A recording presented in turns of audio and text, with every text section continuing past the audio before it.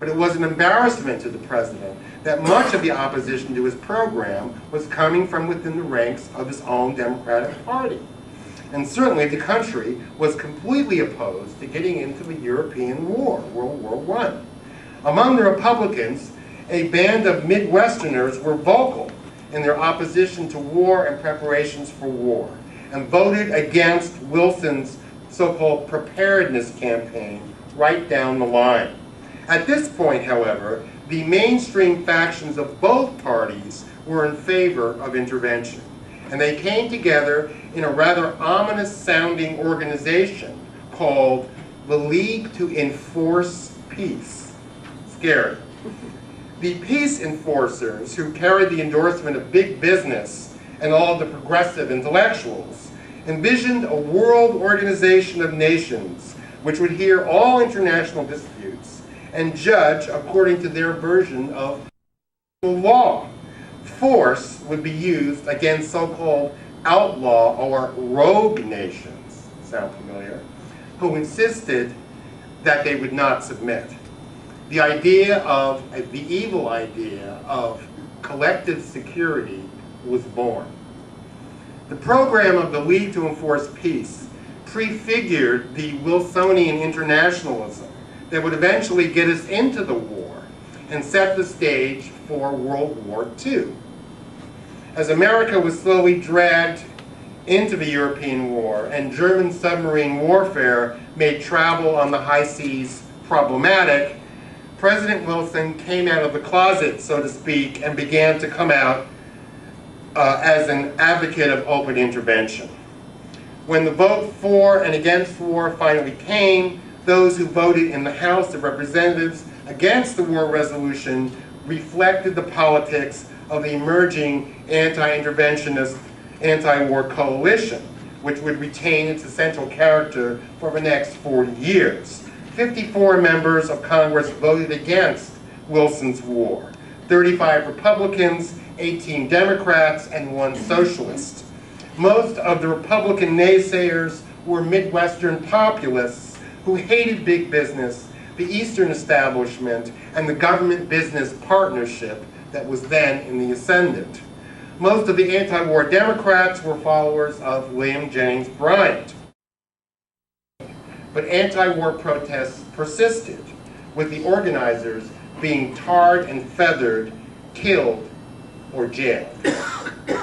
As the nation began to emerge from the wartime darkness, however, and new light was thrown on the causes and consequences of the war, a wave of revulsion swept the nation. The Versailles Treaty, which ended the war, set in stone the revenge of the Allies, who redivided Europe and the colonies of the defeated Central Powers.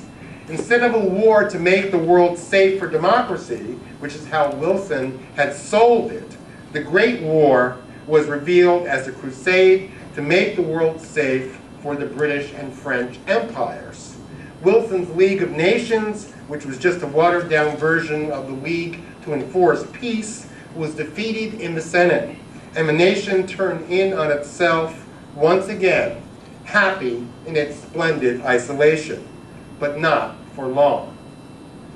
The run-up to the Second World War was a long and involved process that I don't have the time to go into here in the kind of detail the subject deserves, so I'll confine myself, therefore, to the shifting political and ideological alliances that characterized the pro-war and the anti-war factions. Now, these factions had all come to their respective positions in response to the overwhelming reality of that era and time, the Great Depression, which struck with a force and a suddenness that shattered all the old assumptions and created new and dark forces that seemed to well up from the very depths of the human mind.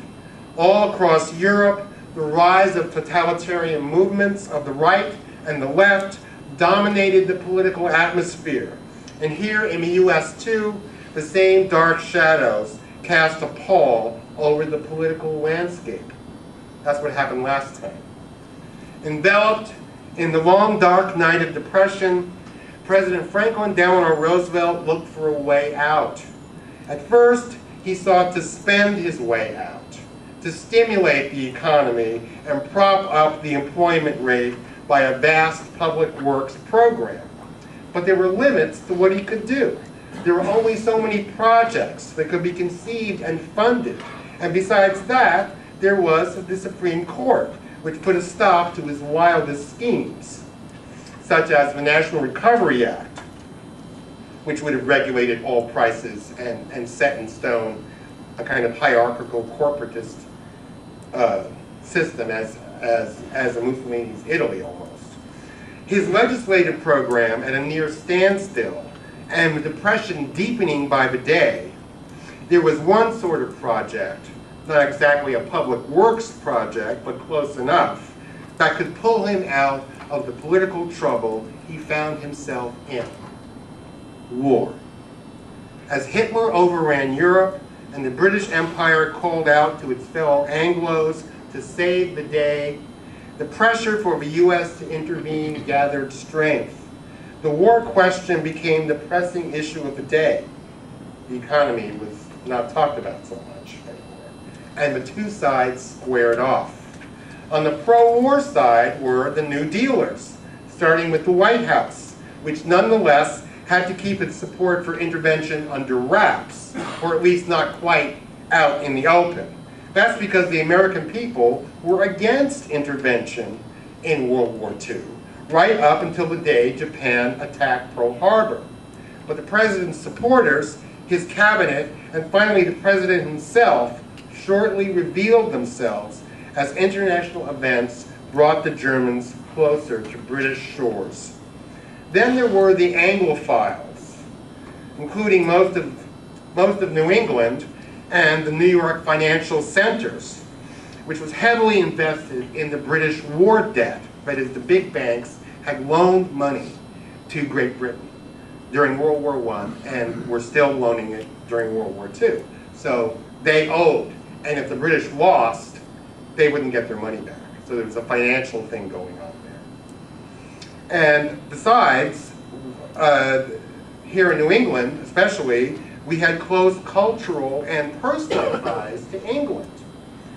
The white Anglo-Saxon Protestant establishment was not about to let the motherland sink beneath the Nazi waves, nor was British intelligence, which launched a covert operation in the United States on a scale never before attempted, not even during World War I. And there's an interesting book on that called Desperate Deception. You should read it. It's fascinating. Hollywood was also enlisted in the march to war, with pro-British and pro-war movies being produced at a rapid pace, along with the immigrants from Europe who pined for the liberation of their homeland and agitated for it once they reached American shores. So immigration was also another reason for the pro-war sentiment. On the other side of the barricades were the opponents of the New Deal, the opponents of Franklin Delano Roosevelt, conservative businessmen who saw the coming of socialism in FDR's domestic program, and progressive Midwestern Republicans and Democrats who saw the centralism of the New Deal as an insidious form of incipient authoritarianism, alien to America, and the prelude to a dictatorship. The president, they feared, would use the enforced conformity and economic centralism necessary in wartime to overthrow the remnants of the Constitution and take the same road as Germany, Italy, and the Russians. Speaking of the Russians, they posed a special problem for the anti-interventionist movement of the 1930s. During the last war, the socialists and the communists had been in the forefront of anti-war activities, sponsoring rallies, speeches, and petitions, all of which had gotten them thrown in jail, tarred and feathered, or else dead.